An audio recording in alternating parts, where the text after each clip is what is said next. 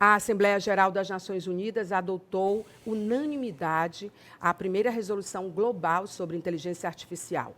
E ela adotou essa medida como forma de chamar a atenção para o mundo inteiro. É uma medida que incentiva os países a salvaguardarem os direitos humanos, proteger dados pessoais e monitorar a inteligência artificial para riscos, né? A gente sabe que a inteligência artificial, como tudo pela humanidade, usado pela humanidade, é para o bem e para o mal. A gente nasceu maniqueísta, né? Seres humanos maniqueístas, mas é preciso que ela seja regulamentada, é preciso que os órgãos globais, principalmente, se posicionem em relação a isso. E eu, que você sabe, sou uma stalkeadora de conteúdos interessantes, né, de temas essenciais, que é o que orbita em torno aqui do nosso programa. Vi o Dr. Campelo falar sobre isso no LinkedIn e abordar isso em palestras também. Eu falei, ele tem que vir falar com a gente sobre isso. Então, nós vamos conversar sobre esse tema com o Dr. Campelo Filho. Ele tem um pós-doutorado em Direitos e Novas Tecnologias, também tem várias especializações na área do direito, né, bastante experiente nessa área, e não só aborda temas do ponto de vista jurídico, né, com graduação, mestrado, doutorado, pós-doutorado, mas do ponto de vista também de ampliar isso. Eu acho que hoje, quando a gente é ou jornalista ou advogado, ou o que quer que seja, a gente tem a obrigação de ter uma mente expandida em relação aos assuntos para poder a gente alcançar o máximo possível as pessoas. Então, a partir de agora, eu converso com ele. Doutor Campelo, muito obrigada por ter vindo aos nossos estúdios. Parabéns por estar tão atento e tão atuante nos canais que você ocupa, não só em palestras, não só em congressos, não só no seu trabalho, com várias funções que você ocupa hoje. Você hoje é o diretor regional do SESC também, é parte do conselho do SEBRAE, também aqui no estado do Piauí, além de outras funções. Eu não sei se você dorme, eu sei que você é bastante atuante. E eu fico muito impressionada com o que você traz para dentro do seu lugar de voz em relação a esses temas. E esse da ONU, para a gente, é um marcador importante, porque quer dizer muito quando um órgão dessa magnitude global se posiciona em relação a isso. Não é, doutor Campelo? Bem-vindo. Muito obrigado, Maia. Agradeço demais o seu convite. É uma honra estar aqui falando no seu programa, que tem uma audiência maravilhosa e que está aqui para esclarecer sobre temas Sim. tão importantes como esse, a nossa população, a população de vários estados, como você já Sim. colocou, do Brasil todo, praticamente. E esse tema das tecnologias, de um modo geral, ele é um tema que é do dia mesmo. Já não é mais nem do futuro. Quando a gente falava antigamente de tecnologia, era pensando no futuro. Não, a tecnologia já está aí presente. Quem não encarar esse problema de frente, na verdade, já está no passado, já está atrasado. Porque a tecnologia, nós nem conseguimos alcançar ainda o vasto potencial que ela tem e a velocidade com que ela se desenvolve. Então, a ONU ela andou muito bem preocupada com essa questão da privacidade das pessoas, preocupada com a quantidade de dados que circulam no mundo todo de forma indiscriminada. Então, ela preocupada com a necessidade de se ter uma regulação mais forte a respeito disso, porque o direito à privacidade é um direito humano, é o direito à intimidade, então, e o próprio hoje o direito à proteção dos dados, é um direito fundamental, inclusive no Brasil, recentemente, foi estabelecido como um direito constitucional, direito fundamental, a proteção de dados. Então, a ONU, preocupada com isso, encaminhou essa resolução, mais de 120 países assinaram essa resolução unanimemente, e para tentar salvaguardar esses direitos, né, que são tão caros às pessoas, que é esse direito à privacidade, à proteção de dados, enfim. É interessante porque, no que diz respeito, por exemplo, a outras áreas que estão sendo reguladas na área de tecnologia, o Chile se mostrou também muito atuante nisso. O Brasil, começando de São Paulo também, alguns estados, alguns países da Europa, na verdade, também em relação ao hackeamento da nossa atenção. Eu digo isso só como um parêntese dentro do que você está falando, já que você é tão atento de como isso tem impactado o direito, né? O desafio de vocês dessa área é gigante, de estarem atualizados, estar informando e preparados, né, qualificados para poder atuar nisso, que é o grande desafio desse século, não é, doutor Campelo? Sem dúvida, né? Há necessidade de ter essa qualificação, essa preparação, porque as demandas elas vão surgir. Os direitos eles vão sendo violados e há necessidade de que o profissional da área do direito ele conheça essa temática justamente para poder lutar pela proteção desses direitos à população, ao cidadão, Sim. porque são direitos que às vezes a gente não tem uma ideia real do que pode acontecer, dos danos que podem ser causados em face de uma violação a esse direito à intimidade ou esse direito dos dados que circulam. Mas são danos, assim, imensuráveis. Você fala com muita propriedade sobre a sua preocupação em relação a uma redefinição em relação aos direitos humanos. Não uma redefinição, mas quase um ataque ao que seriam os direitos humanos, né? Então, isso é um ponto de atenção sempre no que você tem abordado nos seus canais de voz.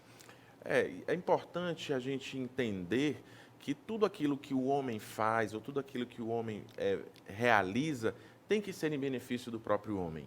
Então, qualquer coisa que aconteça que venha a ferir algum desses elementos que sejam de trazer benefícios à humanidade, então isso atenta contra esse direito do homem, contra o direito dos homens de um modo geral, e há a necessidade de que isso seja abordado e que seja, de fato, protegido.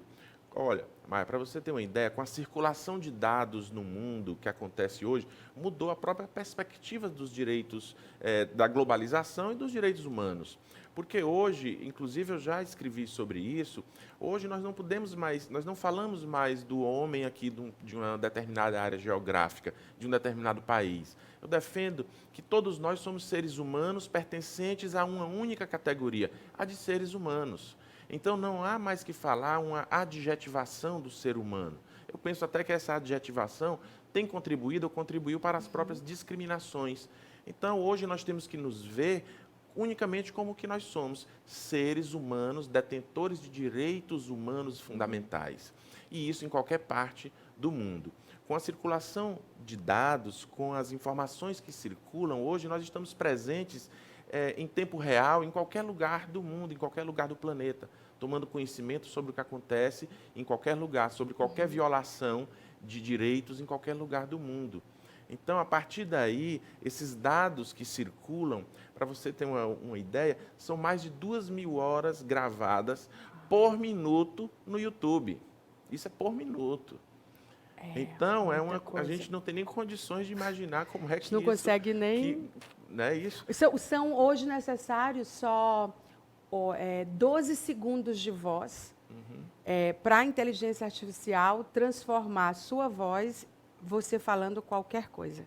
Isso. E outro ponto é que já há estudos que demonstram que você acessando as redes sociais durante 30 dias, né, aquela rede social ela passa a lhe conhecer mais do que você mesmo, a si próprio. Sim.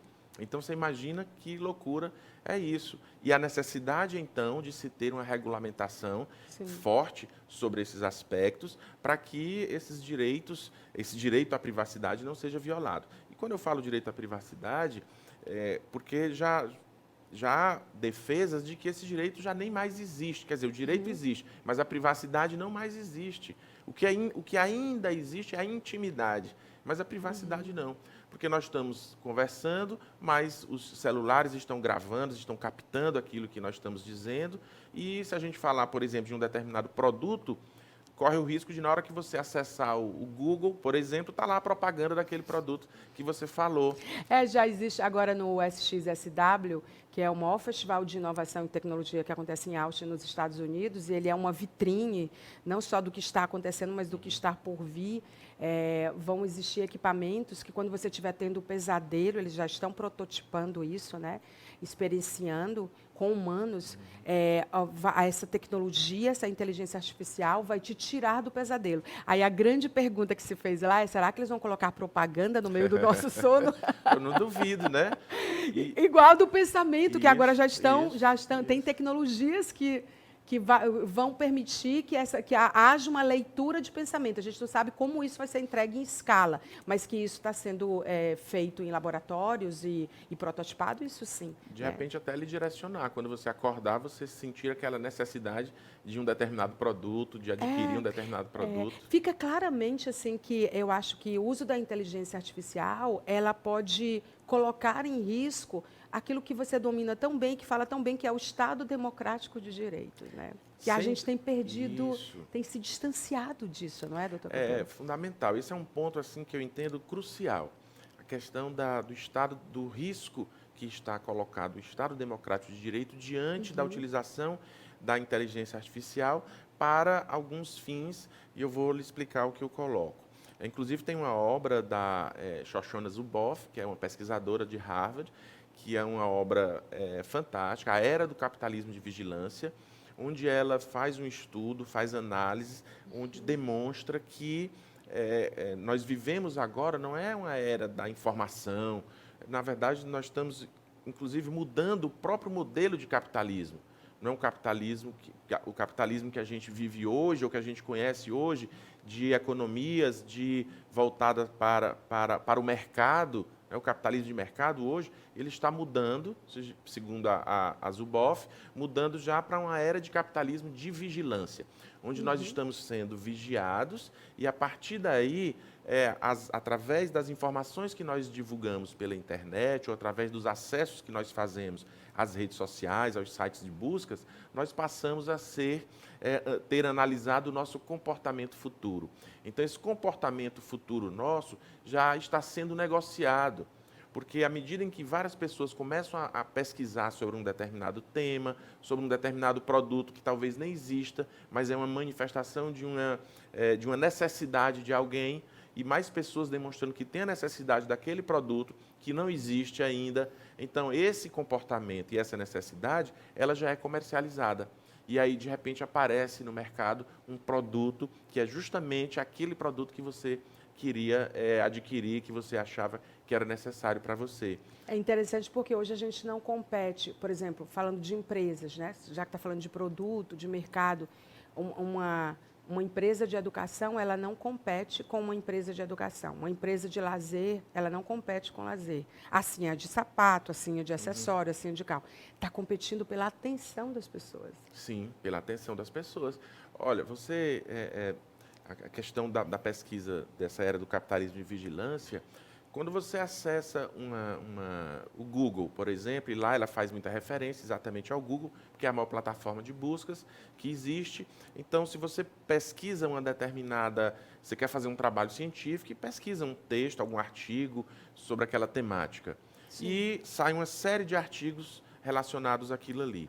Se você clica em um daqueles artigos e você faz uma leitura daquele artigo, amanhã, quando você voltar e fizer aquela mesma pesquisa, vai aparecer para você só artigos com base naquele mesmo artigo de ontem que você acessou. Então, a gente fica pensando na manipulação, né? Que assumiu outros contornos e outros vieses, né? Isso. E aí você começa a entender que aquele artigo que você acessou, como só existe aquele mesmo raciocínio, aquele mesmo pensamento, aquela mesma ideia, é uma verdade, já que você não conseguiu encontrar nada contrário àqueles pensamentos, porque você só encontrou aquela pesquisa direcionada para aquele caminho.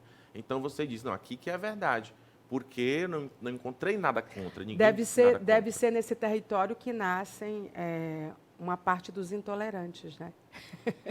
É bem possível. Eu estava vendo uma entrevista outro dia de um neurologista, ele dizendo que o nosso cérebro, ele tem de 6 a 8 segundos, quando ele recebe uma informação nova, para ele reconfigurar aquela informação, ele entender e absorver. Se naqueles 6, 8 segundos o cérebro não faz essa nova configuração de que aquilo é novo e que aquilo precisa ser visto, ou estudado, ou pensado, ou absorvido, enfim, aceito por ele, não vai adiantar, porque ele vai continuar com as suas mesmas convicções. Eu falei, será que o neurologista está até legitimando Aqueles que odeiam diversidade, os intolerantes todos, ele está dizendo que organicamente, biologicamente, isso é comprovado e que está tudo bem? É tão Pois é uma questionável. questão bem complexa, né? É muito Sim, complexo isso. sim. E aí, Maia, qual é o grande problema? Enquanto está direcionando você para um produto, ou enquanto você está vendo propagandas de produtos que você pensou em adquirir ali diretamente, o que é grave já, porque você não pediu aquilo ali para você, porque você não autorizou a venda do seu desejo para o mercado.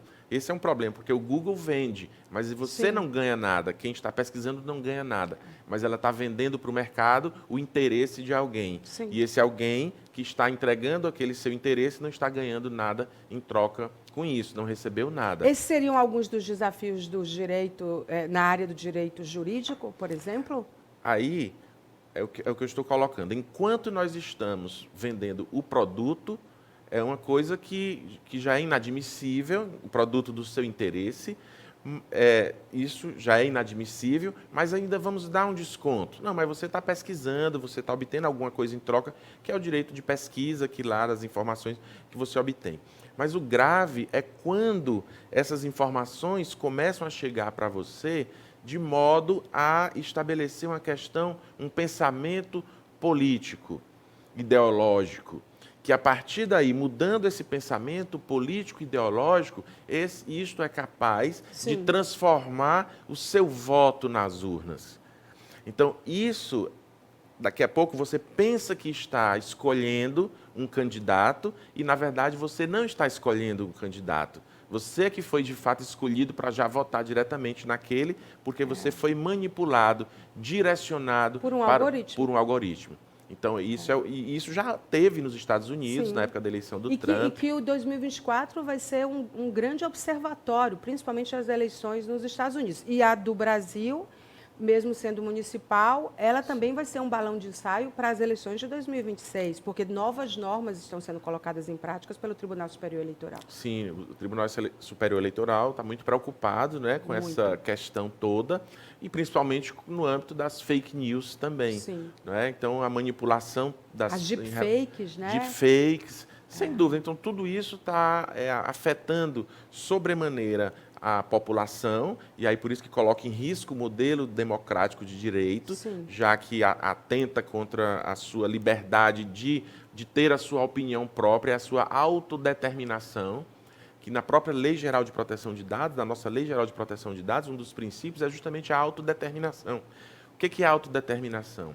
É o direito que você tem de você fazer a sua própria pesquisa, de você direcionar os seus próprios estudos para aquilo que for do seu interesse, aquilo que você quer. E quando você entra, o algoritmo é que está direcionando, então e que está ali determinando alguma coisa. O desafio jurídico é gigante, doutor Campelo.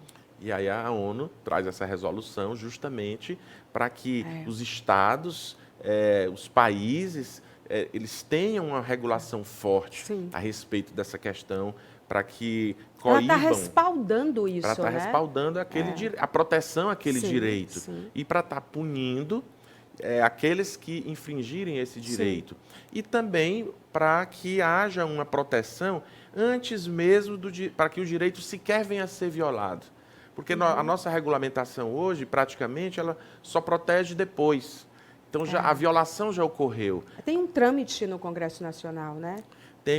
Tem vários projetos de lei no Congresso Nacional. Tem uma que é do senador Rodrigo Pacheco, que é que está mais em discussão e está mais próximo de ter alguma deliberação, que está entrando muito fortemente nessa regulação inclusive para as empresas que estão desenvolvendo algum produto, que elas precisam estabelecer critérios de proteção em todas as fases do processo daquele produto, e não só que a proteção ela venha a ocorrer ou venha a ser analisada após o produto já pronto, que isso é um outro ponto importante.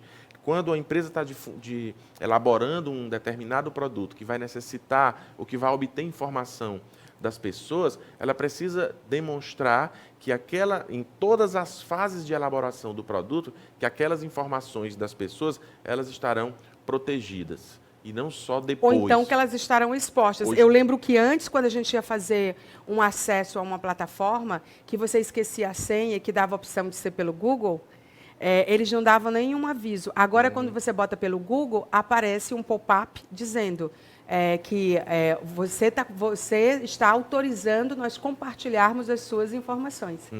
E antes a gente não tinha esses alertas. Não tinha esses alertas, exatamente. E aí já é uma decorrência dessa regulamentação. Tanto a GDPR, que é a lei europeia, que é, vamos dizer assim, uma precursora, né, que foi a Lei Geral de Proteção de Dados na União Europeia, que trouxe também para o Brasil, que copiou, de certa forma, a nossa Lei Geral de Proteção de Dados, ela tem por base a Lei Geral de Proteção de Dados da União Europeia, e que traz essa obrigatoriedade, por isso, de que a pessoa autorize, é o consentimento. Sim. Então, por isso que quando você abre um aplicativo, você baixa um aplicativo, ele diz, olha, nós utilizamos cookies, ou então nós vamos utilizar seus dados, veja os termos de privacidade e veja se você concorda, se você consente que a gente utilize aqueles dados. E que a gente, no Brasil, culturalmente, não tem o hábito de fazer esse cheque. Nós não temos processos para isso. A gente vai logo no mais fácil. Você assina, você aceita logo, né? Mas isso, mas não é só no Brasil, é no mundo todo. As pessoas, até há uma crítica muito grande que esses termos de consentimento, eles vêm com as letrinhas miúdas. É igual a bula de remédio que ninguém lê. Isso, e vem imenso. Então, ninguém tem... E com termos técnicos que o cidadão comum não vai entender. E as bulas de remédio, eu não sei qual é o percentual, mas quase a totalidade delas hoje... se você se der o trabalho de ler, elas têm lá algo que assegura judicialmente, juridicamente, que elas estejam protegidas, que esse remédio pode causar dependência, ou pode levar ao suicídio, ou pode não sei o quê. Elas já estão todas colocando ali porque são já é formas de se proteger. Isso, olha, eu avisei. Exatamente. Né? Agora, no contexto brasileiro, doutor Campelo, é tudo muito lento, né? A gente está muito refém, né? Nós ainda temos uma burocracia muito grande, nós ainda temos uma lentidão na elaboração dessas questões que são tão importantes, como essas leis, elas, de certa forma, obedecem a um processamento constitucional, mas, de fato, deveria ser caminhado em caráter de urgência, em face da grande preocupação que a gente vive. Mas, por outro lado, é preciso reconhecer que essas matérias elas são muito complexas e elas demandam muitos debates, muitas discussões. Como ter uma regulação universal? Envolve, a gente nunca teve uma. Uma regulação universal... Nem os 10 mandamentos são universais, quase né? impossível, apesar de existirem muita defesa, muito estudo, já pedindo ou defendendo, né, a elaboração de uma Constituição universal que possa atender a todos, mas o mundo é muito grande, as pessoas são diferentes, com diferentes culturas em cada lugar, em cada região. Aqui o nosso país difícil. Mesmo é difícil uma regulação para todo o país, em face das culturas que são divergentes, em face das peculiaridades, das idiosincrasias de cada pessoa e de cada região. Então, isso termina dificultando a elaboração de uma lei universal. Agora, por que você, como advogado, se interessou por isso? Porque eu acho que o trabalho que você faz termina sendo um letramento, um esclarecimento para as pessoas em relação a esses temas que são novos, que à medida em que o tempo vai passando vai ser cada vez mais comum, mas que tem pouca gente ainda falando. Por que você escolheu se dedicar a isso? Olha, Maia, é muito interessante. Entre tantas coisas que você se dedica. Eu tinha acabado de concluir um doutorado em Direito e Políticas Públicas e recebi um convite para fazer um teste para uma seleção de um pós-doutorado numa universidade na Itália, que era justamente sobre direito e novas tecnologias. Então, o meu professor, que me orientou no doutorado, disse: Campelo, vai ter tá aberto uma seleção, por que você não faz um projeto sobre isso e se inscreva nesse pós-doutorado? De repente, você consegue ser aprovado. E aí eu fui pesquisar um pouco. Aí quando eu abri algum tipo de pesquisa sobre novas tecnologias, e aí foi que eu vi que tem um mundo. Eu disse, olha, isso aqui é muito grande e isso aqui afeta muitas questões relacionadas à vida das pessoas. Eu sempre me interessei por essa análise sobre a vida das pessoas, sobre os problemas que as pessoas enfrentam, enquanto seres humanos mesmo.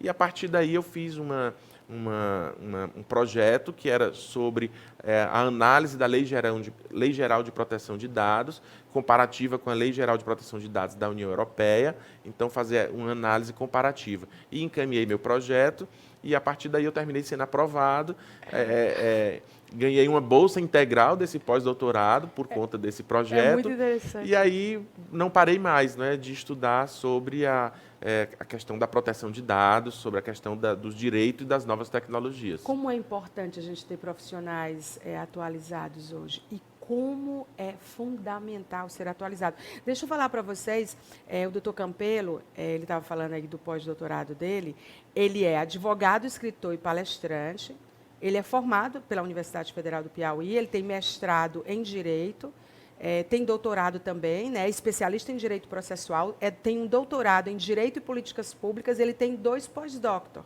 em Globalização e Direitos Humanos, é por isso que você fala com tanta fluidez, e tem um pós-doutorado em Direito e Novas Tecnologias pelo Centro Internacional de Pesquisa de Direitos Humanos da Universidade Mediterrânea de Reggio Calabria. Reggio Calabria. Reggio Calabria, que é essa da Itália. Essa da Itália, que é essa da Itália que você falou. Ou seja, você não para de estudar.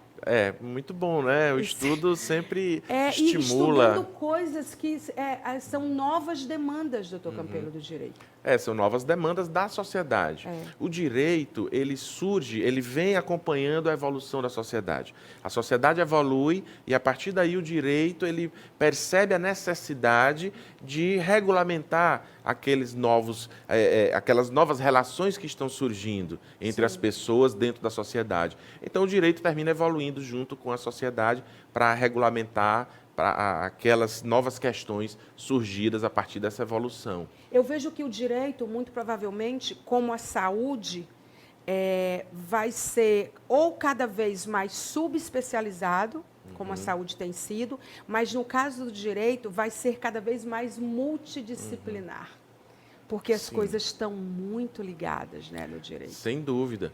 E quando a gente fala de tecnologias no âmbito do direito, a gente está falando aqui mais de proteção de dados, do direito à privacidade, mas a gente pode pensar na utilização da tecnologia dentro do Poder Judiciário, de juízes robôs, então da utilização de robôs para estabelecer critérios orientadores para que o juiz tome uma determinada decisão.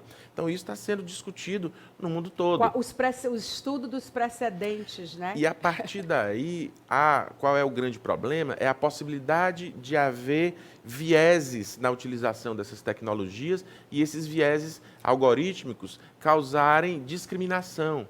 Então, por exemplo, a leitura facial.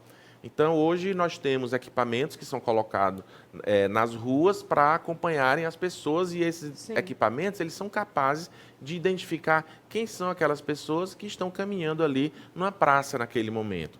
Se tiver, por exemplo, alguém que está sendo procurado pela polícia, né, alguém foragido, e aquele robô, aquela câmera identificar uma pessoa, ela pode automaticamente, imediatamente, comunicar à autoridade policial mais próxima que aquela pessoa está ali naquele lugar e a polícia se dirigir ali e prender aquela pessoa. Mas ela também pode errar. Mas aí ela também pode errar. Também aí ela também pode errar. E tem errado muito. E tem errado bastante. Inclusive em países do primeiro mundo. Isso. Da Europa, dos Estados Unidos. Tem um robô nos Estados Unidos que ele é utilizado naquelas audiências de custódia.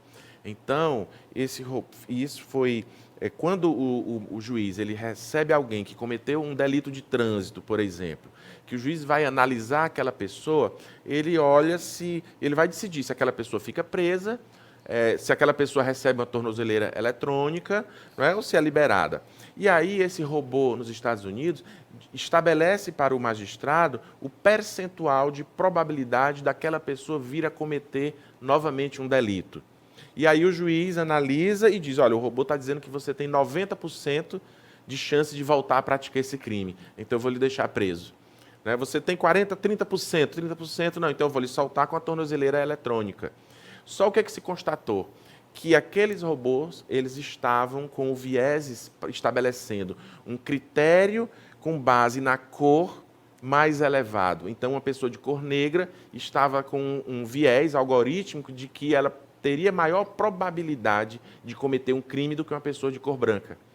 Então, olha o problema, olha a gravidade. É muito interessante que tem um Coded Bias, né? Aquele filme super interessante da Netflix, que foi um sucesso absoluto, porque o que você traz para a gente é interessante para a gente não só rememorar, mas também a gente ficar atento, porque quando você começou a falar, eu tive a impressão que você falou das tecnologias que são aliadas, mas falou das tecnologias que são questionáveis, por causa do viés do código. Isso. Né? Então, assim, dos riscos que a gente corre em relação a isso. Então, tem que ficar todo o tempo a gente se informando, mediando, procurando profissionais que estão atualizados, gente. O mundo não é mais como era antigamente, definitivamente. Então, assim, e as realidades são diferentes, os contextos são diferentes, por isso que o Dr. Campelo falou sobre isso. Eu queria, para encerrar, a nossa produção pediu que você trouxesse dicas de como se aprofundar mais nesses temas, né? Aqui eu queria documentário, série, filme, livros. A gente agora está pedindo aos nossos convidados para colaborar com o nosso internauta e do nosso telespectador. Olha, também com dicas. Eu acho que o livro da Zuboff, né, da Shoshana Zuboff, A Era do Capitalismo de Vigilância, ele é fantástico. Que você mencionou, né? O que eu mencionei, eu acho que ele é muito importante. Tem um filme também, um documentário no Netflix também, que trata do problema entre o Facebook e a Cambridge Analytica. Esse é outro documentário que mostra como ocorreram as eleições nos Estados Unidos na época do Trump. Aula, gente. E como o eleitor foi manipulado, eu acho que também é algo... o privacidade hackeada. Privacidade hackeada, exatamente. De você pesquisar. E tantos outros, eu acho que esse da Zuboff é um livro de 800 páginas, mas já ele Não vale pedir para o ChatGPT fazer o resumo. Você tem que ler, que você tem que desenvolver repertório. E você tem que pensar com a sua cabeça. Entendeu? É verdade. Então, tirar suas conclusões. Você lê o livro, ele é uma leitura bem tranquila e você vai poder fazer muitas anotações. Podem ler em ordem aleatória ele. O livro assim é bacana também. Vai dar para você. Tem os Black Mirror da vida, né? Tem, também, o primeiro episódio do Black Mirror da última temporada. É muito interessante esse primeiro episódio, porque é uma pessoa que ela começa a assistir ela entra para assistir uma série de TV, e a série de TV que está passando é a vida dela.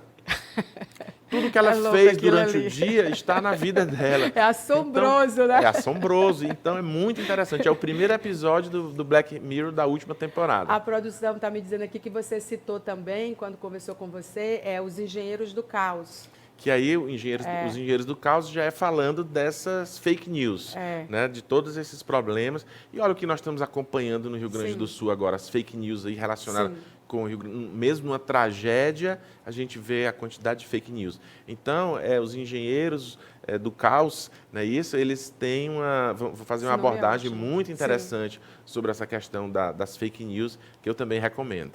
E aí tem também uma inteligência artificial no direito empresarial, né?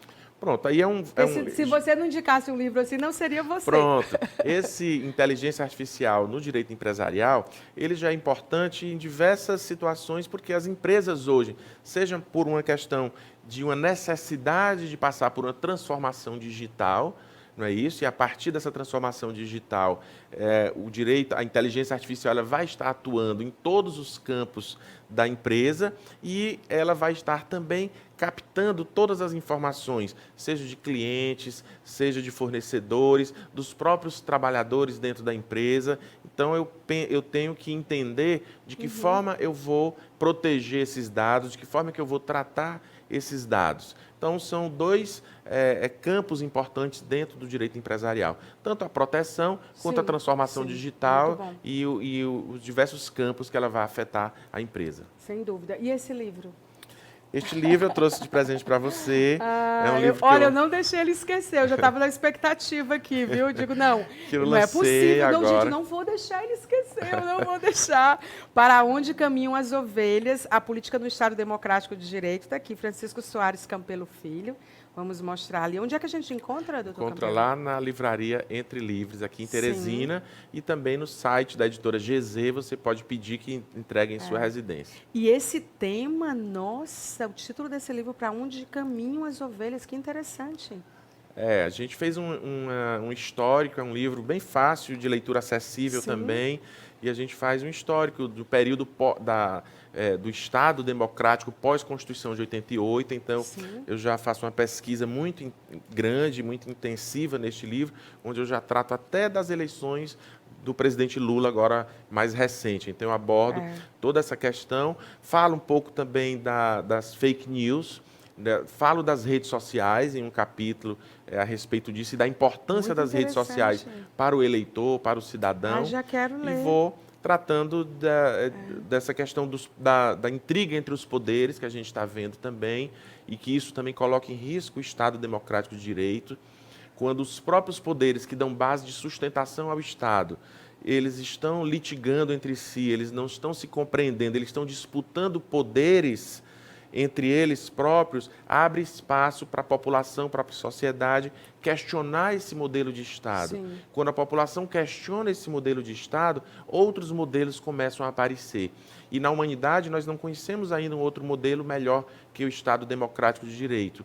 Então, que outros modelos poderiam surgir? Ditaduras, totalitarismos. Então, a partir daí é que eu entendo que essa disputa entre os poderes, essa disputa que há entre os nossos poderes, coloca em risco esse Estado Democrático de Direito. Eu estava vendo outro dia que um percentual gigante, é perto de 80%, eu não sei exatamente, vou ficar devendo isso a vocês,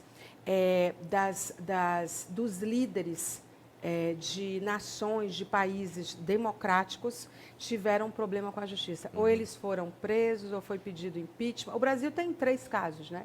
Sim. Então, assim, ou eles sofreram impeachment, ou eles foram acusados, ou eles estão com problema, que é exatamente isso que você está falando, esse aqui em números, né? É muito interessante. E aqui, o último capítulo em como tudo é sobre pessoas e não sobre pastores e ovelhas.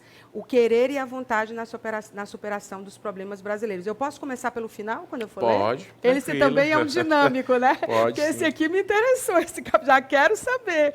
Olha, tudo é sobre pessoas e não sobre pastores e ovelhas. Já gostei. Gente, até os títulos dos capítulos são interessantes. Para onde caminham as ovelhas? Eu adorei essa metáfora aqui das coisas. Adorei. Vou começar. Muito obrigada, viu? Obrigado. Quero a dedicatória. Você não vai sair daqui sim, sem dúvida. ela. Obrigada, doutor Campelo. Eu que agradeço. Excelente entrevista. Muito obrigado pela oportunidade. Ficamos aqui à disposição e parabéns pelo programa. Ele vai voltar mais vezes. A gente vai botar naquela listinha daqueles que tem que voltar algumas vezes no ano. Então, vamos anotar aí, né? E você já sabe, eu já tenho certeza que você, internado telespectador, vai colocar aí entre as melhores entrevistas que a gente faz por aqui, que a gente sempre tem a votação da semana, do mês, e no ano a gente faz aquele super especial. Muito obrigada. Eu vou para um breve intervalo comercial. Não saia daí não, tá? A gente tem dados que falam, a gente tem giro, tem os creators, tem tanta coisa. Então, até já.